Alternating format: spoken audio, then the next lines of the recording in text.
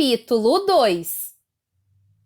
Violet deu uma última olhada para baixo do pico nebuloso e depois pegou um dos pesados casacos que tirara do trailer. Vista um casaco, disse ao irmão. Está frio aqui fora e é provável que fique ainda pior. Se estivermos certos, a base de operações fica numa região muito alta das montanhas.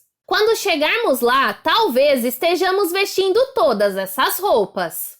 Mas como vamos chegar lá? Disse Klaus. Estamos longe do Vale das Correntezas que sopram constantes e o trailer está destruído. Vamos parar um momento para avaliar o que temos, disse Violet. Talvez eu consiga construir alguma coisa com o que conseguimos salvar. Espero que sim, disse Klaus. Sun está cada vez mais longe. Nunca alcançaremos sem algum tipo de veículo. Klaus espalhou os objetos e vestiu um dos casacos enquanto Violet vasculhava sua pilha. Mas de repente os dois Baudelaire se deram conta de que construir um veículo não pertencia ao âmbito das possibilidades reais. Uma expressão que aqui significa não poderia ser construído a partir de pequenos objetos e algumas roupas que pertenceram um dia aos empregados do Parque Caligari. Mais uma vez, Violet prendeu o cabelo com uma fita e franziu a testa ao examinar os objetos. Na pilha de Klaus estava o jarro, ainda pegajoso por causa da mistura para frear o trailer, o espelho de mão de Colette, um poncho de lã e um suéter onde estava escrito Parque Caligari. Na pilha de Violet estava a faca de pão, o ukelele e outro casaco. Até mesmo Klaus, que não era inventor, sabia que os materiais empilhados no chão não eram suficientes para construir um veículo capaz de conduzi-los pelas montanhas de Mão Morta. Acho que posso fazer fogo se esfregar uma pedra na outra, disse Violet, procurando pelos campos nebulosos materiais de invenção adicionais. Ou então podemos tocar o ukelele e bater no jarro. Um barulho alto poderia atrair alguém disposto a nos ajudar. Mas quem iria ouvir? Disse Klaus com o olhar perdido na névoa sombria. Não vimos nem sinal de gente quando estávamos no trailer. Esse desfiladeiro é como um poema que li sobre o caminho menos percorrido. O poema tinha final feliz? Perguntou Violet. Nem feliz nem infeliz, disse Klaus. Era ambíguo. Bem, vamos juntar esses materiais e levá-los com a gente. Levá-los com a gente? Estranhou Violet. Não sabemos aonde ir nem como chegar lá. É claro que sabemos, disse Klaus. O arroio namorado começa em uma fonte no alto das montanhas e segue para baixo através do Vale das Correntezas que sopram constantes, onde fica a base de operações. Não deve ser o caminho mais rápido, nem o mais fácil, mas se subirmos as montanhas seguindo o curso do rio, chegaremos lá. Isso pode levar dias, disse Violet. Não temos um mapa, nem comida e água para a viagem, nem barracas ou sacos de dormir, nem qualquer outro equipamento para acampar. Podemos usar essas roupas como cobertores, disse Klaus, e dormir em qualquer abrigo que encontrarmos. O mapa mostrava uma porção de cavernas onde os animais costumam hibernar. Os dois Baudelaire estremeceram. A ideia de escalar a montanha por horas e dormir enrolados em roupas de outras pessoas numa caverna onde poderia haver animais hibernando não era agradável. E os irmãos desejaram não ter de viajar a pé pelo caminho menos percorrido, mas sim num veículo veloz e bem aquecido para chegar depressa onde sua irmã estava. Mas o desejar, como bebericar uma taça de ponche ou levantar um tapete de urso para ter acesso a um alçapão escondido no chão, nada mais é senão um modo discreto de passar o tempo antes que as velas do bolo de aniversário se apaguem. E os Baudelaire sabiam que seria melhor parar de desejar e iniciar a jornada.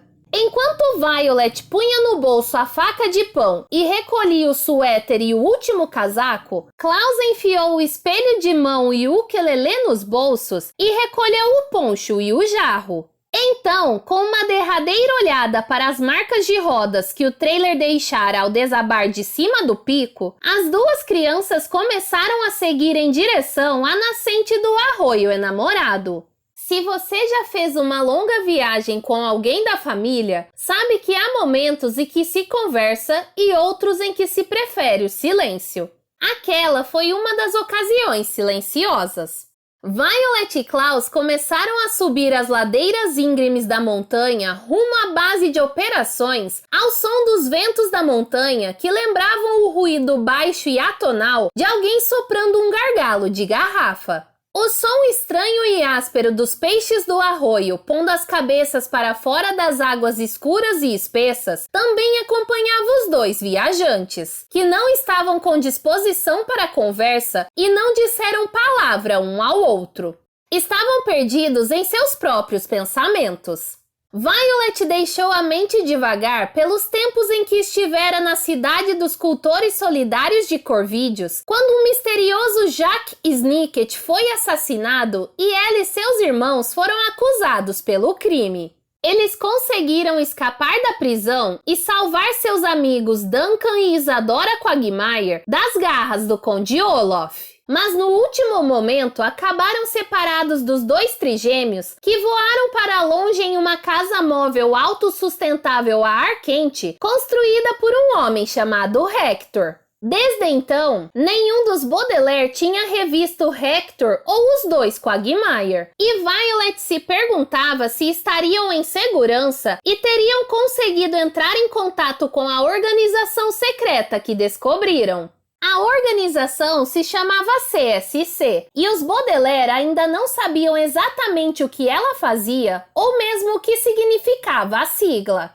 As crianças achavam que a base de operações no Vale das Correntezas que sopram constantes poderia ser de utilidade, mas agora, enquanto a mais velha dos Baudelaire subia penosamente acompanhando o Arroio Enamorado, ela se perguntava se algum dia descobriria as respostas que procurava.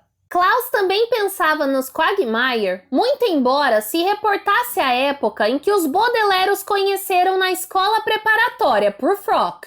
Muitos dos alunos tinham sido malvados com os Baudelaire, em especial uma menina detestável chamada Carmelite Spatz. Mas Isadora e Duncan foram muito gentis, e logo os Baudelaire e os Quagmire se tornaram unha e carne, uma expressão que aqui significa amigos íntimos. O fato de ambos os grupos de irmãos terem perdido pessoas muito próximas fortaleceu os laços de amizade entre eles. Os Baudelaire tinham perdido os pais, e os Quagmire tinham perdido não só os pais, como Quigley, o terceiro trigêmeo Quagmire. Klaus pensava sobre a tragédia dos amigos e sentia-se culpado. Afinal, os Baudelaire ainda tinham esperanças de encontrar com vida um de seus pais. Em um documento que encontraram, a legenda da fotografia de seus pais, ao lado de Jack Snicket e um outro homem, dizia: devido às evidências discutidas na página 9, os peritos agora suspeitam que possa haver de fato um sobrevivente do incêndio, mas seu paradeiro é desconhecido. Agora, Klaus levava no bolso o documento e alguns retalhos dos cadernos dos Quagmire, entregues por eles da última vez em que se encontraram com os Baudelaire. Klaus caminhava ao lado da irmã mais velha, enquanto se lembrava de como os Quagmire foram solícitos ao tentar resolver o mistério de CSC que cercava todos eles. Estava pensando tão intensamente sobre isso que quando Violet finalmente quebrou o silêncio, foi como se ele despertasse de um sonho confuso. Klaus, disse ela, antes de testarmos a invenção para parar o trailer, você disse que queria me dizer alguma coisa. O que era? Não sei, admitiu Klaus. Eu só queria dizer alguma coisa no caso de... Bem, no caso de a invenção não funcionar. Ele suspirou e ergueu os olhos para o céu que começava a escurecer. Não me lembro da última coisa que disse a Sunny, disse mansamente. Deve ter sido quando estávamos na tenda da Madame Lulu, ou talvez do lado de fora, antes de entrarmos no trailer. Se eu soubesse que o Conde Olaf ia levá-la embora, teria dito algo especial. Um elogio pelo chocolate quente que preparou ou pela habilidade em sustentar seu disfarce. Você poderá dizer essas coisas, disse Violet, quando a encontrarmos de novo. Espero que sim, disse Klaus abatido. Mas Olaf e sua trupe nos deixaram muito para trás. Mas sabemos para onde eles vão, disse Violet. E sabemos que Olaf não tocaria em um só fio de cabelo de Sunny. Ele pensa que morremos no trailer, portanto precisa dela para pôr as mãos na fortuna. Ela deve estar a salvo, concordou Klaus. Mas com certeza está muito assustada. Só espero que saiba que estamos no seu encalço. Eu também, disse Violet e prosseguiu em silêncio por algum tempo, interrompida apenas pelo vento e pelo estranho ruído gorgolejante dos peixes. Acho que esses peixes estão com problemas para respirar, disse Klaus apontando para a correnteza. Alguma coisa na água os faz tossir. Talvez o arroio enamorado não tenha sempre essa cor tão feia, disse Violet. O que poderia transformar água normal em um lodo preto acinzentado? Minério de ferro, disse Klaus pensativo, tentando se lembrar de um livro sobre ambientalismo a grandes altitudes que lera aos 10 anos. Ou talvez um depósito de argila que se soltou por causa de algum evento geológico, como um terremoto. Ou talvez seja algum tipo de poluição na água. Pode haver uma fábrica de tinta ou salgema por perto. Talvez CSC nos esclareça, disse Violet, assim que chegarmos à base de operações. Talvez um dos nossos pais nos esclareça, disse Klaus mansamente. Não devemos alimentar nossas esperanças, disse Violet. Mesmo que um dos nossos pais tenha sobrevivido ao incêndio e mesmo que a base de operações de CSC esteja realmente no Vale das Correntezas que sopram constantes, não é possível saber se os encontraremos assim que chegarmos lá. Não vejo mal em alimentar nossas esperanças, disse Klaus. Estamos acompanhando uma correnteza de água arruinada atrás de um vilão perverso na tentativa de salvar a nossa irmã e encontrar a base de operações de uma organização secreta. Um pouco de esperança seria bem-vindo. Violet parou onde estava. Eu vestiria mais uma camada de roupas, disse ela. Está fazendo mais frio. Klaus concordou e ofereceu uma peça de vestuário que carregava. Você quer o poncho ou o suéter? Perguntou. O poncho, se não se importar, disse Violet. Depois da experiência no trailer das aberrações, não sinto vontade de fazer propaganda do Parque Caligari. Nem eu, disse Klaus pegando de volta o suéter com os dizeres bordados no peito. Acho que vou usá-lo do avesso. Em vez de tirar os respectivos casacos, expondo-se aos ventos gélidos das montanhas de Mão Morta, Klaus vestiu o suéter por cima do seu casaco e Violet colocou o poncho por cima do seu. Os dois Baudelaire se entreolharam e não conseguiram conter o riso com sua aparência ridícula. Isso é pior do que os ternos risca de giz que Esme Scholar nos deu, disse Violet. Ou aqueles agasalhos piniquentos que usávamos quando estávamos sob os cuidados do Sr. Paul, disse Klaus, referindo-se ao banqueiro encarregado da fortuna dos Baudelaire, com o qual tinham perdido contato. Mas pelo menos vamos ficar aquecidos. Se esfriar ainda mais, poderemos revezar o casaco que restou. Se um dos nossos pais estiver na base de operações, disse Violet, ele ou ela não nos reconhecerá debaixo de tanta roupa. Vamos ficar parecendo dois bonecos de neve. Os Baudelaire ergueram os olhos para os picos nevados acima deles e sentiram-se meio atordoados. Não porque as montanhas de Mão Morta se estendiam até o alto, mas porque todas as perguntas sem resposta se agitavam em suas cabeças. Poderiam realmente chegar sozinhos ao Vale das Correntezas que sopram constantes? Como seria a base de operações? Estaria CSC aguardando por eles? Já teria o Conde Olaf chegado à base de operações? Encontrariam Sunny? Encontrariam um dos seus pais? Violet e Klaus se entreolharam, e um arrepio subiu por dentro das suas estranhas vestimentas, até que Klaus quebrou o silêncio com a pergunta mais perturbadora de todas. Qual dos nossos pais você acha que sobreviveu? Disse ele. Quando Violet abriu a boca para responder, outra pergunta ocupou imediatamente os pensamentos dos Baudelaire. Era uma pergunta assustadora, e quase todas as pessoas que já a fizeram acabaram desejando não tê-la feito. Meu irmão fez essa pergunta uma vez e teve pesadelos durante semanas. Um sócio meu também fez a pergunta e caiu pelos ares antes que pudesse ouvir a resposta.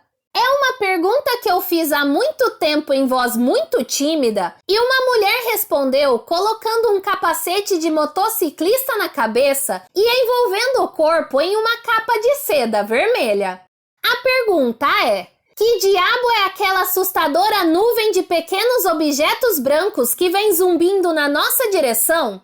E lamento dizer que a resposta é: um enxame de insetos bem organizados e mal-humorados, mais conhecidos como mosquitos da neve, os quais vivem nas áreas montanhosas e gostam de picar pessoas sem motivo nenhum. Que diabo? Disse Violet. É aquela assustadora nuvem de pequenos objetos brancos que vem zumbindo na nossa direção? Klaus olhou para o que a irmã apontava e franziu a testa.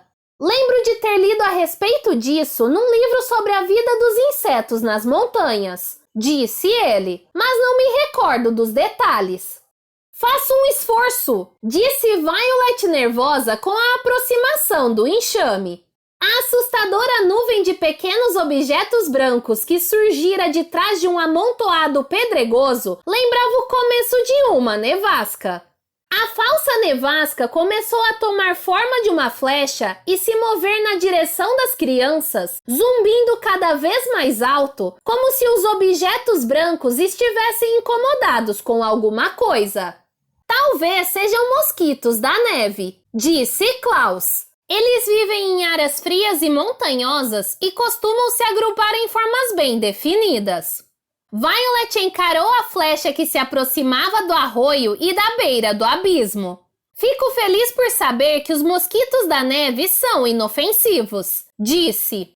Afinal, não temos como evitá-los. Tem alguma coisa sobre esses mosquitos da neve que não consigo me lembrar, disse Klaus. O enxame se aproximou. A ponta da flecha ficou a poucos centímetros dos narizes dos Baudelaire e então parou no ar, zumbindo com ferocidade. Os irmãos ficaram cara a cara com os mosquitos por um longo e tenso segundo, até que o mosquito que ocupava a posição dianteira no enxame picou o nariz de Violet. "Ai!" gritou ela. E enquanto Violet ficou esfregando a pequena mancha vermelha na ponta do nariz, o mosquito voltou à sua posição. "Isso doeu!" disse ela. "Parece uma picada de alfinete." "Agora me lembro", disse Klaus. Os mosquitos da neve costumam picar pessoas sem nenhum motivo aparente. Mas Klaus não chegou a terminar a frase, pois os mosquitos o interromperam com uma demonstração horripilante do que ele estava para dizer. Preguiçosamente, os insetos se deixaram levar pela ondulação dos ventos da montanha e desfizeram a flecha, transformando-a num grande bambolê em torno dos dois Baudelaire. Os mosquitos eram tão minúsculos que as crianças mal os enxergavam individualmente, embora tivessem a sensação de que os insetos sorriam de um jeito ameaçador. "As picadas são venenosas?" perguntou Violet.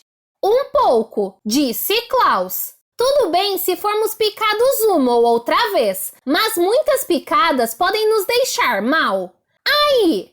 Um dos mosquitos tinha picado Klaus na bochecha, como se quisesse conferir se era divertido picar o Baudelaire do meio. As pessoas sempre dizem que se você não se importa com as picadas, os insetos não vão incomodar, disse Violet nervosa. Ai! Isso quase nunca funciona, disse Klaus. E com os mosquitos da neve, com certeza não funciona. Ai! Ai! Ai! O que devemos... Ai! Meio perguntou Violet. Eu não... Ai! Meio respondeu Klaus. E logo os Baudelaire já não conseguiam manter nem meia conversa. O enxame de mosquitos da neve começou a girar cada vez mais depressa até envolver os dois irmãos num pequeno tornado. Depois, com uma série de manobras que pareciam ensaiadas, os mosquitos começaram a picar, primeiro de um lado, depois do outro. Violet gritou quando picaram seu queixo. Klaus urrou quando um punhado deles picou sua orelha esquerda. E ambos os Baudelaire gritaram quando, ao tentar espantar os mosquitos com as mãos, os agressores apareceram de todos os lados. Os mosquitos da neve picavam à torto e à direito. Eles chegavam por cima, obrigando as crianças a se abaixar, e depois por baixo, obrigando as crianças a ficar na ponta dos pés. E o tempo todo o enxame zumbia cada vez mais alto, como se os insetos estivessem se divertindo às custas deles. Violet e Klaus fecharam os olhos e se encostaram um no outro. Estavam assustados demais para vagar às cegas, correndo o risco de despencar do pico da montanha ou mergulhar nas águas do arroio enamorado. Casaco! Gritou Klaus depois de cuspir um mosquito que tentara picar sua língua. Violet entendeu o recado e prontamente envolveu-se no casaco extra junto com Klaus, formando algo parecido com um grande flácido guarda-chuva de pano. Os mosquitos da neve furiosos tentavam entrar por baixo do tecido para continuar picando, mas tiveram de se conformar com as mãos dos Baudelaire que seguravam o casaco. Violet e Klaus se entreolharam atordoados, e enquanto seus dedos eram picados sem piedade, os irmãos tentavam continuar andando. Desse jeito não chegaremos nunca ao Vale das Correntezas que sopram constantes, disse Violet tentando se fazer ouvir por cima do zumbido dos mosquitos. Como vamos detê-los, Klaus? Com fogo, disse ele. O autor daquele livro dizia que o cheiro de fumaça pode deter um enxame, mas não podemos acender fogo embaixo deste casaco. Ai! Um mosquito da neve picou o dedão de Violet em um lugar que já tinha sido picado, bem quando os Baudelaire contornaram o canto pedregoso onde o enxame aparecera pela primeira vez. Através de um ponto desgastado do tecido, os Baudelaire só conseguiram discernir um buraco escuro circular na encosta da montanha. Deve ser a entrada de uma das grutas, disse Klaus. A gente não poderia fazer fogo lá dentro? Talvez, disse Violet. Mas com isso também incomodaremos algum animal que estiver em hibernação aí. Já incomodamos milhares de animais, disse Klaus agarrando o jarro que quase caíra de suas mãos quando o mosquito lhe picou o pulso. Parece que não temos escolha. Vamos entrar na caverna e arriscar. Violet concordou, mas olhou apreensiva para a entrada da caverna. Arriscar-se é como tomar banho. Pode acabar com você se sentindo confortável e aquecido. Mas pode ser que algo terrível esteja à espreita e você só descubra o que é quando não houver nada a fazer, a não ser berrar e agarrar-se a um patinho de borracha. Os dois Baudelaire foram em direção ao buraco escuro e circular, tomando cuidado para não se aproximar da beira do pico e apertando o casaco em volta de si para se proteger dos mosquitos. Mas o que mais os preocupava não era a altura do pico ou as picadas dos mosquitos, mas o risco que corriam ao adentrar a sombria entrada da caverna. Os dois Baudelaire nunca tinham estado ali antes, é claro, e até onde sou capaz de assegurar, nunca mais voltaram, nem mesmo quando já desciam as montanhas, depois de reencontrar a irmãzinha bebê e descobrir o mistério do colóquio secreto criostático. No entanto, quando Violet e Klaus assumiram o risco e entraram na caverna, encontraram duas coisas com as quais estavam muito familiarizados. A primeira era o fogo.